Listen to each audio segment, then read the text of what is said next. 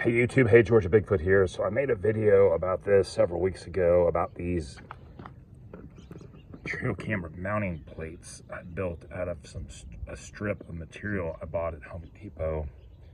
Works out to these plates, these mounting plates have a net cost of about 62 cents a piece. And that includes the metal, the aluminum, and 2 screws. These screws are from Harbor Freight. Initially I talked about getting black ones, but these are sharp and do well, and I sort of don't care that they're not black. Let me go show you a couple of places where I have a Spy Point Flex Plus mounted with these, a Spy Point Cell Link attached to a Browning camera, both mounted with these, and then we're going to mount this Flex M with this, and I'll show y'all just how easy this is. So here's the Flex Plus, and just for what it's worth, I always keep the antenna down on my Spy Point cameras. They seem to work great, especially these ones with a dual SIM card. So here's the plate. Here's the Harbor Freight screws. What I do is I slip it in the back, and then sort of, adjust it, and I'll screw in the left side first, because the left side's usually on the antenna side.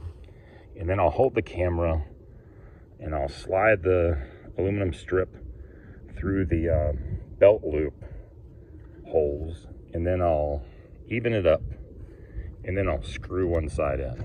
And this gives it a very small footprint.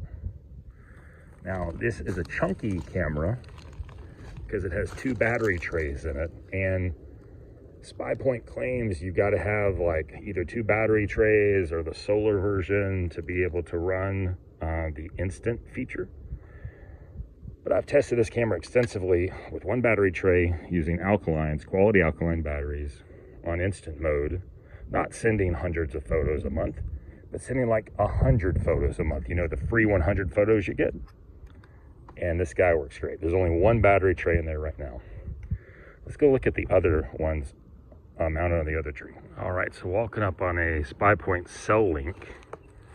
They have these on their website for $20, which is a pretty good deal considering you get 100 free photos a month out of it. And in this case, I've got it attached to a Browning camera. And I don't have it set on the highest resolution. It's set on I think 16 megapixels. This is my little homemade mount back here. Very rigid and sturdy. My homemade mount back here. What's great about these mounts is you can just carry a pocket full of them in your pocket. You don't have to deal with a bunch of clunky mounts, and you don't have to deal with mounts that easily get bumped or rotated. You screw them in and they're in.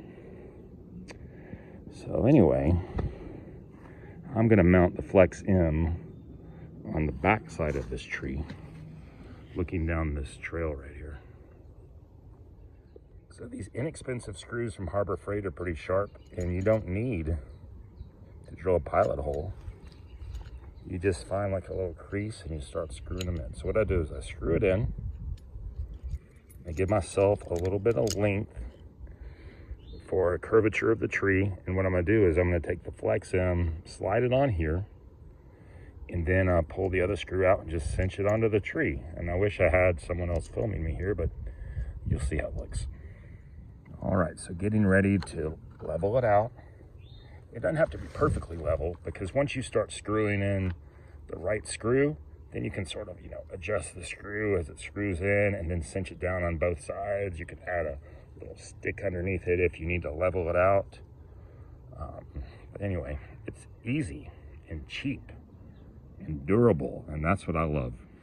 So once again, no pilot hole.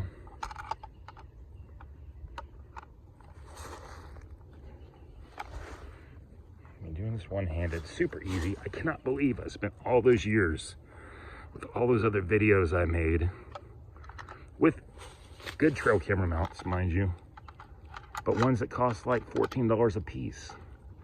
And the way they were shaped were not conducive to just carrying a sack full in your pocket. And these are inexpensive, durable, And I think this setup is a market disruptor. And I realize I'm not trying to disrupt the market, but I like having a mount that's such a low profile mount like this. I'm gonna cinch this down a little bit more in a moment, but that's what that looks like. Wow, there's a cottontail. Did you see him? He was in here. He's in that hole. Amazing. Now we know where he lives. My wife kept going, where's the cottontail? We haven't seen him in a while.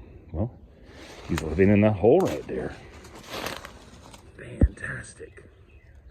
Maybe we need to move the camera over here and catch him as he comes in and out. That's what we're gonna do. We're gonna move the camera. I'm gonna move the camera, but look at this. This looks like also his other entry on this side. And his other entry on this side. What a sneaky little guy. Anyway, we're gonna put it on this tree.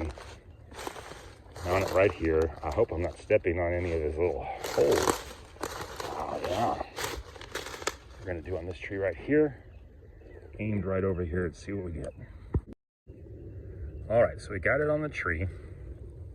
It looks a little cattywampus, but how it's facing here is straight because the tree's a bit of an angle or on a slope. So I need to turn this camera on. Get this camera on right here. Flick it right there. Start flashing. We're gonna close it up. Antenna pointed down. I just like the antenna pointed down because sometimes, you know, if the antenna is pointed up, it'll come along and like a squirrel or something has touched it and rotated the antenna towards the front. If you can get away with it down, I say by all means, try to get away with it. And there's how easy the mount goes in.